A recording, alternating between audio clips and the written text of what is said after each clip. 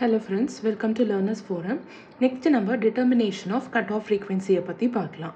So நம்ம consider பண்ணியிருக்க ஒரு T செக்ஷனுக்கு ஜென்ரலாக கேரக்டரிஸ்டிக் இம்பிடன்ஸ் Z0 ஓட வேல்யூ நமக்கு என்ன கிடைச்சிருக்கும் அப்படிங்கிறத பார்த்தோம். Square root of Z1 square by 4 plus Z1 into Z2. So இப்படி கன்சிடர் பண்ணியிருக்க இந்த T செக்ஷன் வந்து பியூர்லி ரியாக்டிவாக இருக்கும்போது சீரீஸ் அண்ட் ஷண்ட் ஆர்மில் இருக்கிற இம்பிடன்ஸ் வேல்யூவான Z1 அண்ட் Z2 நமக்கு என்ன இருக்கும் அப்படின்னா JX1 அண்ட் JX2 அப்படின்னு நம்ம எடுத்திருக்கோம். ஸோ இந்த ரெண்டு values of X1 and X2 அதாவது Z1 Z2 வந்து series arm impedance and shunt arm impedance. So இந்த Z1 Z2 எடுத்து இந்த ஈக்குவேஷனில் இப்போ ரீப்ளேஸ் பண்ணோம் அப்படின்னா Z0 is equal to square root of minus x1 square by 4 minus x1 x2 அப்படின்னு கிடைக்கும். ஸோ இது ரெண்டுத்துலையுமே நமக்கு x1 காமனாக இருக்குது, நெகட்டிவ் சைன் காமனாக இருக்குது. ஸோ மைனஸ் x1 நம்ம காமனாக வெளியில் எடுத்தோம் அப்படின்னா x1 by 4 ப்ளஸ் x2 அப்படின்னு நமக்கு இந்த மாதிரி கிடைக்கும். ஸோ இதில் நமக்கு ரெண்டு கேசஸ் வந்து பாசிபிளாக இருக்கும். ஸோ இது வந்து வேல்யூ ஆஃப் Z0. ஸோ இந்த Z0 வேல்யூ வந்து பார்த்தீங்கன்னா பியூர்லி இமேஜினரியாக இருக்கும். எப்போ அப்படின்னா இங்கே கன்சிடர் பண்ணியிருக்க இந்த x1 டேர்ம் அண்ட் இந்த செகண்ட் டேர்மான x1 by 4 ப்ளஸ் x2 இது ரெண்டுத்துலேயுமே வந்து சேம் சைனாக இருக்கும்போது நமக்கு பியூர்லி இமேஜினரியாக இருக்கும். அதாவது இப்போ ஃபார் எக்ஸாம்பிள் இது ரெண்டுமே இப்போ பாசிட்டிவாக இருக்குது. அப்போ நமக்கு ஸ்கொயர் ரூட் ஆஃப் மைனஸ் அப்படின்னு இருக்கிறதுனால ஸ்கொயர் ரூட் ஆஃப் -1 நம்ம ஜே அப்படின்னு சொல்லுவோம். ஸோ x0 வேல்யூ பார்த்தீங்க அப்படின்னா நமக்கு இமேஜினரியாக இங்கே வந்து கிடச்சிருக்கு. ஸோ இந்த கண்டிஷனில் இருக்கிறது தான் வந்து நமக்கு ஸ்டாப் பேண்டை ரெப்ரசென்ட் பண்ணி கொடுக்கும். ஸோ நெக்ஸ்ட்டு ஃபார் எக்ஸாம்பிள் வந்து இப்போ இந்த x1 and x1 by 4 plus x2 இந்த ரெண்டு டேர்ம் வந்து ஆப்போசிட் சைனில் இருந்துச்சு அப்படின்னா ஃபார் எக்ஸாம்பிள் இப்போ நம்ம x1 பாசிட்டிவில் எடுத்துக்கலாம், இந்த டேர்ம் நம்ம நெகட்டிவில் இருக்குது அப்படின்னு எடுத்துக்கிட்டோம் அப்படின்னா ப்ளஸ் இன்டூ மைனஸ் மைனஸ் அப்படின்னு கிடைக்கும். ஆல்ரெடி ஒரு நெகட்டிவ் சைன் இருக்குது. So minus into minus plus அப்படின்ட்டு மாறும். அப்போ நமக்கு எந்த விதமான இமேஜினரி டேர்மும் நமக்கு இங்கே கிடைக்காது. ஸோ இப்போ நமக்கு Z0 எப்படி இருக்கும், பியூர்லி ரெசிஸ்டிவாக இருக்கும். ஸோ இந்த ரெண்டு டேர்ம்ஸை பேஸ் பண்ணி தான் நமக்கு Z0 வேல்யூ வந்து இமேஜினரியாக இருக்கா இல்லை ரெசிஸ்டிவாக இருக்கா, அதாவது ரியாக்டிவாக இருக்கா இல்லை ரெசிஸ்டிவாக இருக்கா அப்படிங்கிறத வந்து நம்மளால் தெரிஞ்சுக்க முடியும். ஸோ சேம் சைனை மெயின்டைன் பண்ணும்போது இமேஜினரியாக இருக்கிறது வந்து ஸ்டாப் பேண்டை ரெப்ரசென்ட் பண்ணி கொடுக்கும்.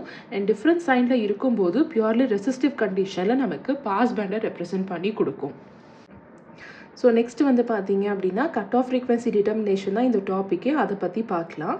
ஸோ கட் ஆஃப் ஃப்ரீக்வன்சினா என்ன அப்படிங்கிறத நம்ம இதுக்கு முன்னாடி பார்த்தோம். Pass band and stop band ரெண்டுத்தையும் வந்து செப்பரேட் பண்ணுற ஃப்ரீக்வன்சி அப்படின்னு. ஸோ இதை வந்து நம்ம இன்னொரு விதமாக கூட டிஃபைன் பண்ணலாம். அது என்ன அப்படின்னா frequency at which the Z0 changes from real to imaginary. So இந்த Z0 வேல்யூ வந்து எப்போ ரியல்ல இருந்து இமேஜினரிக்கு சேஞ்ச் ஆகுதோ அந்த பர்டிகுலர் ஃப்ரீக்வன்சியை தான் நம்ம கட் ஆஃப் ஃப்ரீக்வன்சி அப்படின்னு சொல்லுவோம். ஸோ கட் ஆஃப் ஃப்ரீக்வன்சி கண்டிஷனில் நமக்கு Z0 வேல்யூ நம்ம இங்கே ஏற்கனவே டிரைவ் பண்ணியிருந்தோம். Z0 is equal to square root of minus x1 into x1 by 4 plus x2 அப்படின்னு. ஸோ இதை வந்து நம்ம ஜீரோக்கு ஈக்குவேட் பண்ணும்போது பார்த்தீங்க அப்படின்னா x1 is equal to minus 4x2 அப்படின்னு நமக்கு கிடைக்கும். ஸோ இதுதான் வந்து condition for determination of cut off frequency. Cut off ஃப்ரீக்வன்சியை டிட்டர்மைன் பண்ணுறதுக்கான கண்டிஷன் என்ன அப்படிங்கிறது வந்து நிறைய இடத்துல கொஸ்டின்ஸ் நமக்கு கேட்குறதுக்கு சான்சஸ் இருக்குது. அது என்ன அப்படின்னா x1 is equal to minus 4 times of x2. So இதுதான் ரொம்ப ரொம்ப இம்பார்ட்டண்ட்டான ஒரு கண்டிஷன். நெக்ஸ்ட் இப்போ pass band and stop band எடுத்துக்கிட்டோம் அப்படின்னா network used as a filter should transmit desired frequency without any loss. So நம்ம கன்சிடர் பண்ணியிருக்க எந்த ஒரு நெட்வொர்க்குமே ஃபில்டராக யூஸ் பண்ணும்போது பார்த்தீங்க அப்படின்னா என்ன ஃப்ரீக்வன்சிஸ் வந்து நமக்கு அலோவ் பண்ணணும், எந்த ஃப்ரீக்வன்சிஸ் வந்து ரிஜெக்ட் பண்ணணும் அப்படிங்கிறத வந்து டிசைட் பண்ணுற மாதிரி இருக்கணும். ஸோ இதில் நமக்கு எந்தவித லாஸுமே வந்து அக்கர் ஆகக்கூடாது. ஸோ இந்த எபிலிட்டி ஆஃப் ஃபில்டர் நெட்வொர்க்கு எந்த பராமீட்டர் டிசைட் பண்ணோம் அப்படின்னா ப்ரொபகேஷன் கான்ஸ்டன்ட் காமா தான் வந்து டிசைட் பண்ணோம். ஸோ இந்த ப்ரொபகேஷன் கான்ஸ்டன்ட்டுடைய ஈக்குவேஷன் இப்போ எப்படி இருக்கும் அப்படிங்கிறத நம்ம பார்க்கலாம். So propagation constant gamma is equal to alpha plus j beta. இதில் ஆல்ஃபா அப்படிங்கிறது வந்து அட்டென்வேஷன் கான்ஸ்டன்ட் அண்ட் பீட்டா வந்து ஃபேஸ் கான்ஸ்டன்ட். ஸோ இதில் நமக்கு அகெயின் ரெண்டு கண்டிஷன் இருக்கும்.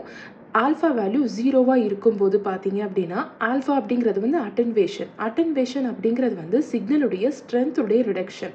ஸோ ஃபார் எக்ஸாம்பிள் நமக்கு இந்த மாதிரி சிக்னல் இருக்குது அப்படின்னா இந்த சிக்னல் வந்து இப்படி ரெடியூஸ் ஆகிக்கிட்டே வருது அப்படிங்கிறத டிட்டர்மைன் பண்ணக்கூடிய பராமீட்டர் தான் அட்டென்வேஷன். ஸோ 0வாக இருக்குது அப்படின்னா அங்கே அட்டென்வேஷன் எதுவுமே இல்லை, அதாவது சிக்னலுடைய ஸ்ட்ரென்த் வந்து குறையலை அப்படின்னு அர்த்தம். சிக்னல் ஸ்ட்ரென்த் குறையலை அப்படின்னா நமக்கு ஃபில்டருடைய அவுட்புட்டில் என்ன கரண்ட் வேல்யூ இருக்கோ அதே தான் நமக்கு இன்புட் கரண்ட்லேயுமே வந்து இருந்திருக்கும். ஸோ இன்புட் கரண்ட் வந்து அவுட்புட் கரண்ட் ஆஃப் ஃபில்டருக்கு ஈக்குவலண்ட்டாக இருக்குன்னு அர்த்தம். அதாவது இந்த கண்டிஷனில் எந்த விதமான சிக்னல் லாஸுமே இல்லை, ஸோ அட்டென்வேஷன் இல்லை. ஆனால் ஃபேஸ் ஷிஃப்ட் வந்து இங்கே அக்கர் ஆகிருக்கும். ஸோ இதுதான் பார்த்தீங்க அப்படின்னா பாஸ் பேண்டில் நடக்கக்கூடிய ஃபில்டருடைய ஆப்ரேஷன். ஸோ இதே மாதிரி இப்போ செகண்ட் ஹாஃபில் எடுத்துக்கிட்டோம் அப்படின்னா இப்போ ஆல்ஃபா வந்து it is not equal to 0, அதாவது கிரேட்டர் தேன் 0 கண்டிஷனில் நமக்கு மேக்னிடியூட் ஆஃப் அவுட்புட் கரண்ட் வந்து இன்புட் கரண்ட்டை விட கம்மியாக இருக்குன்னா என்ன அர்த்தம்? சிக்னலுடைய ஸ்ட்ரென்த் வந்து நமக்கு ரெடியூஸ் ஆகிருக்குன்னு அர்த்தம். அதனால தான் இங்கே அட்டென்வேஷன் வந்து நமக்கு எக்ஸிஸ்ட் ஆகிருக்கு.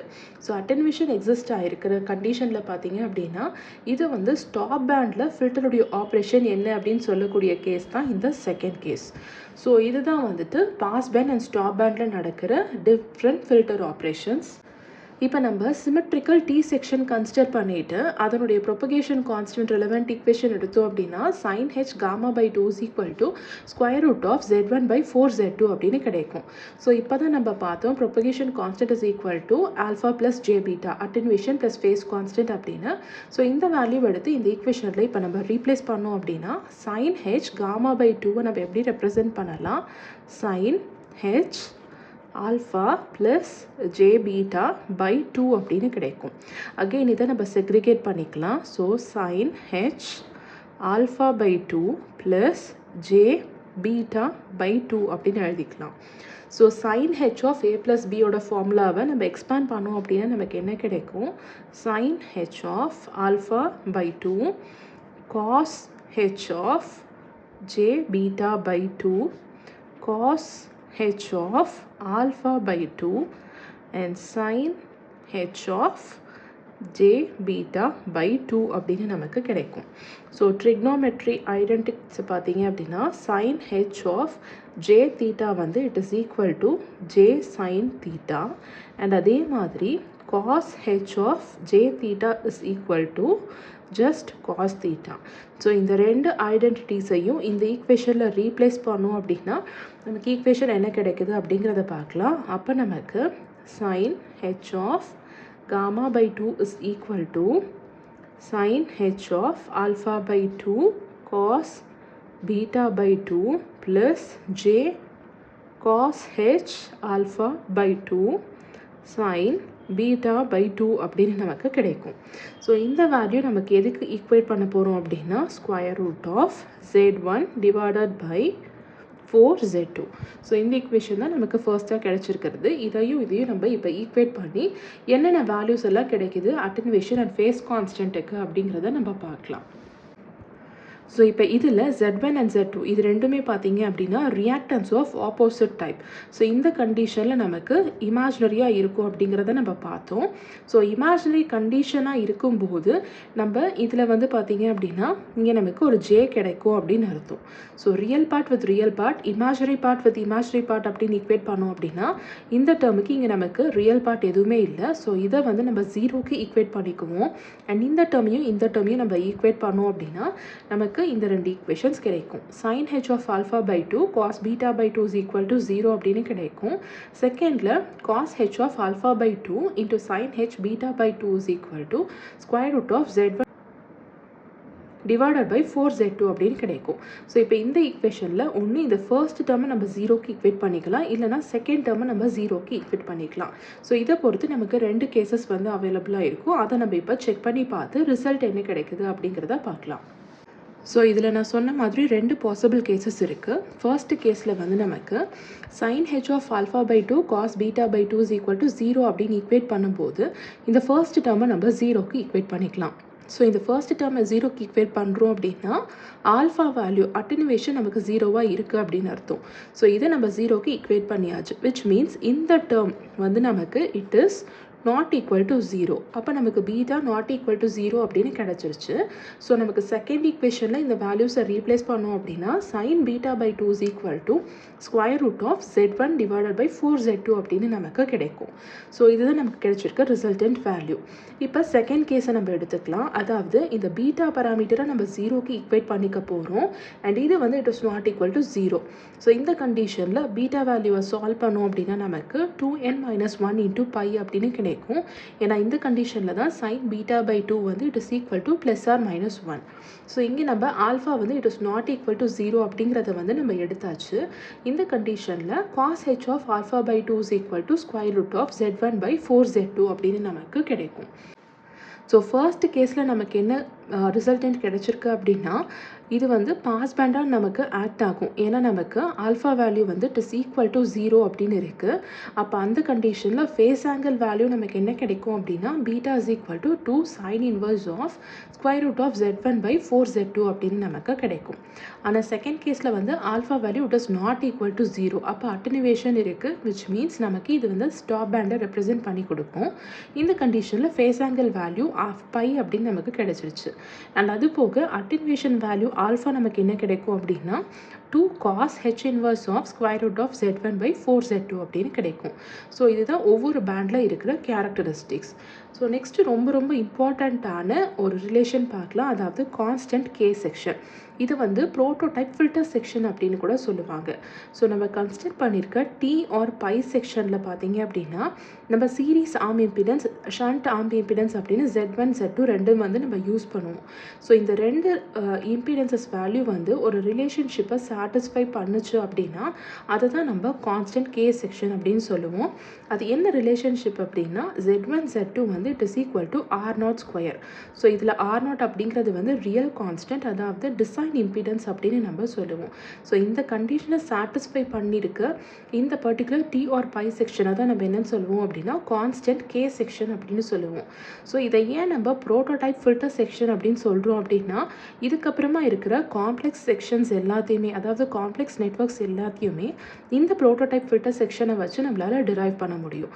ஸோ அதனால தான் இதை நம்ம ப்ரோட்டோடைப் ஃபில்டர் செக்ஷன் அப்படின்னு சொல்கிறோம். ஸோ இதில் இந்த R0 அப்படிங்கிறது வந்து டிசைன் இம்பிடன்ஸ் அப்படின்னு சொல்லியிருந்தேன். ஸோ இது வந்து ஒரு ரியல் ரெசிஸ்டன்ஸ் வேல்யூ ஃப்ரீக்வன்சியை டிபெண்ட் பண்ணி நமக்கு இருக்கும். So series and shunt arm impedances வந்து சேமாக இருக்கும் போது பார்த்தீங்கன்னா டி அண்ட் பை செக்ஷனுக்கான ரிலேஷன்ஷிப் என்ன அப்படின்னா Z0 by is equal to Z1 Z2 divided by Z0 T. இது வந்து பை செக்ஷனில் இருக்கிற கேரக்டரிஸ்டிக் இம்பிடன்ஸ், இது வந்து டி செக்ஷனில் இருக்கிற கேரக்டரிஸ்டிக் இம்பிடன்ஸ். இது வந்து ரொம்ப இம்பார்ட்டண்ட்டான relation between T and pi section. ஆனால் எப்போ அப்படின்னா only when the series and shunt arm impedances are same. அதாவது Z1 Z2 நமக்கு சேமாக இருக்கும்போது தான் நமக்கு இந்த ரிலேஷன்ஷிப் வந்து எக்ஸிஸ்ட் ஆகும். ஸோ கான்ஸ்டன்ட் கே செக்ஷனில் Z0 by is equal to R0 square divided by Z0 d அப்படின்னு கிடைக்கும். அதாவது இந்த Z1 Z2க்கு பதிலாக நம்ம என்ன ரீப்ளேஸ் பண்ணியிருக்கோம், R0 ஸ்கொயர் அப்படின்னு ரீப்ளேஸ் பண்ணியிருக்கோம். இந்த R0 தான் நம்ம டிசைன் இம்பிடன்ஸ் அப்படின்னு எடுத்திருக்கோம். ஸோ இந்த கான்ஸ்டன்ட் கே செக்ஷன், அதாவது டி செக்ஷனாக இருந்தாலும் சரி பை செக்ஷனாக இருந்தாலும் சரி என்ன டைப் ஆஃப் ஃபில்டருக்கு இருந்தாலும் சரி இதை தான் நம்ம ப்ரோட்டோடைப் செக்ஷன் அப்படின்னு நம்ம சொல்லுவோம். ஸோ இந்த ரிலேஷன் அண்ட் இதுக்கான டிசைன் இம்பிடன்ஸ் வேல்யூனா என்ன அப்படிங்கிறது வந்து நல்லா தெரிஞ்சிருக்கணும். ஏன்னா இந்த டாப்பிக்கில் வந்து பார்த்தீங்க அப்படின்னா 2 கொஸ்டின் வந்து நிறைய டைம் கேட்டிருக்காங்க. இதுக்கு ரெண்டுத்துக்கும் இருக்கிற ரிலேஷன்ஷிப் என்ன அண்ட் கான்ஸ்டன்ட் கே செக்ஷன்னா என்ன அப்படின்னு சொல்லி கேட்டிருப்பாங்க.